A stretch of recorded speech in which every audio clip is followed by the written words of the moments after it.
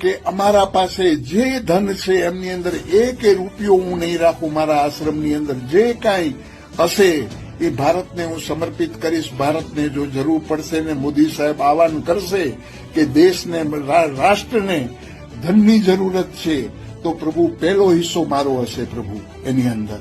તો હરેક ભારતવાસીઓને આજે આપણે ભારતીય થઈ કરી અને મોદી સાહેબના આપણે હાથ મજબૂત કરવાના છે અને એને એટલા આશીર્વાદ આપો કે આ જે જંગ છે આ નાપાક નીચ સાથે એ જલ્દીથી જલ્દી જીતીએ આપણે અને આપણે વિશ્વની અંદર ડંકો વગાડીએ કે ભારત શું છે, ભારત કેટલું સહન કર્યું છે અને છેલ્લે બાકી સૈન્ય શક્તિની ચરણ સીમાએ જયારે આવ્યા ત્યારે આ ચીજ કરવી પડી મોદી સાહેબને. નહીં તો 2014થી આજે 25 સુધી સૈન મોદી સાહેબ કરે છે અને આજે જો જવાબ દે તો પ્રભુ એ કોઈ ખોટું છે નહીં અને જવાબ જડબાદ તોડ દેવો જોઈએ. નાપાકને નાપાક જ કરી નાખવો જોઈએ.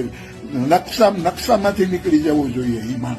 એ દેશ નકશામાંથી નીકળી જવો જોઈએ અને મોદી સાહેબને ગુરુ દત્તાત્રેય વતી હું એને આશીર્વાદ આપું કે આ કાર્ય જલ્દીથી કરે અને આ નાપાકને હાવ જમીનદસ્ત કરી નાખે.